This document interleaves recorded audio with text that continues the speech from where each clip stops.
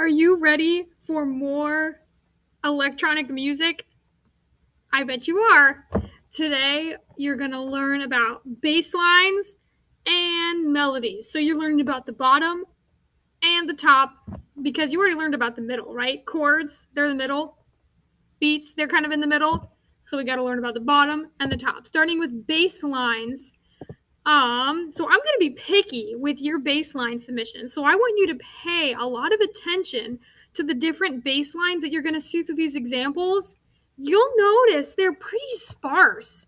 There's not a lot going on in this bass line, and that's really what bass lines are like. Sometimes students like to take these beat boxes, these examples here, and they just like to fill them in so that every space is full. That's not what bass lines look like. This one is a little more full, but that's because they have chords written in on top. But the bass line here, it's pretty sparse. There's never more than one note stacked on top of each other at the same time, and there's even a lot of space between the notes. So I want your bass line to look like the bass lines here. Oh, this one's great because it's repetitive. A lot of music is repetitive. So you can see it does the same pattern 3 times in a row and then something different. If you're stuck when it's time to make your own bass line, that's a great place to start. Whoops, I added something on accident. And eventually, after you see all these different types of bass lines, you're going to end up, you guessed it, play with bass lines. Now that you've learned a bit about them, spend some time creating your own. And again, you can add the beats beneath. And I encourage you to do that just so you can really get a sense of, does this sound good? Does it sound like it's supposed to do? And remember, your bass line should be sparse. If you're filling in every box here, that's not what music sounds like or looks like. It should not look like this. So let me know what you got. Next, after bass lines, is melodies. Melodies, even though they're on the top and bass lines on the bottom, they have a lot in common. I'm going to let you work through these on your own, but they show you a lot of examples of melodies. And in the end, you guessed it, play with melodies. Now that you've learned some about melodies, you're going to spend time creating your own. And again, I recommend that you create a beat underneath so you can hear if it actually works.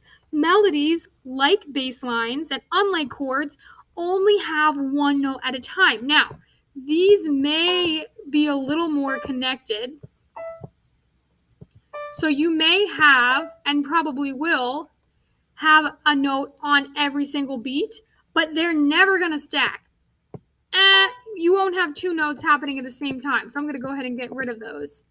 And one thing that's different about your melody than your bass line is that melodies usually move by step, which means that they're not going to jump from all the way down here to all the way up here. No, see how my melody moves by step, just up and down one at a time?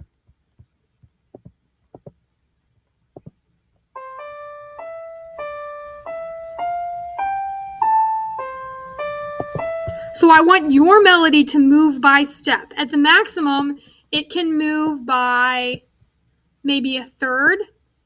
So I can get rid of this one. Whoops, let's play that one again. Still sounds like a melody. So pretend, this is how I like to think about it, that you could walk on that melody line. So if you were walking here, you could step from this one to this one to this one. That would be kind of a big step, but you could still do it. Whereas if you had a melody that was like this,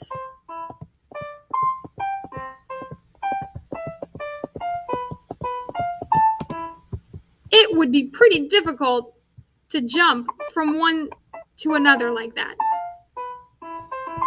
You would have to be a serious athlete, and they do exist, but we're writing melodies for the common man, and we want any of us to be able to sing it. So move by step.